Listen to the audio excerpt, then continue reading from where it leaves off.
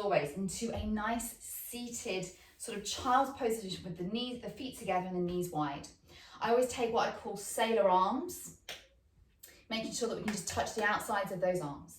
And then from here, placing them down on the mat, interlacing the hands into a fist, and we do our drills. And if you just stick doing your drills, then that's going to build up strength in the shoulders and the arms. From here, tucking the toes under, lifting up into your dolphin, looking over the pond, so looking over the fist, and push it back. 5, 4, 3, push through the shoulders, 2, and 1. Now, the important thing here is as we take it up, for those who are up in their headstand already, you want to think 70% weight in the elbows, 30% weight in the head, so we're not dumping it down. It's really important about that protraction of the shoulders, which is where we're going to take it next. We're going to come into the tuck, reset, arms down, create that triangle. Don't let the arms go out to the side at this point.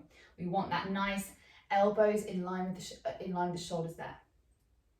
We're going to take the crown of the head to the floor. The crown of the head, you can measure that by taking the thumb and then the middle finger to the back of the head.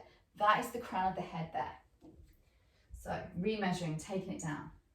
Crown of the head down, walking the feet in, taking one knee in and then walking it out, and then walking the other knee in and taking it out.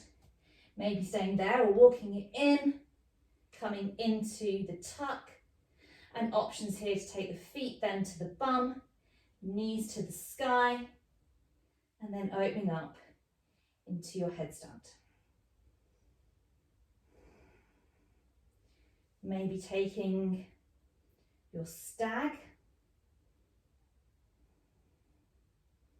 or teapot,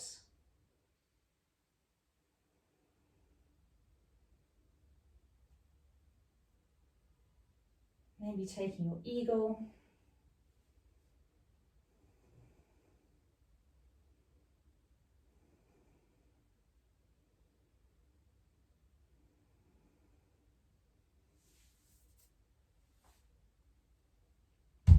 bringing yourself down and taking a nice child's pose.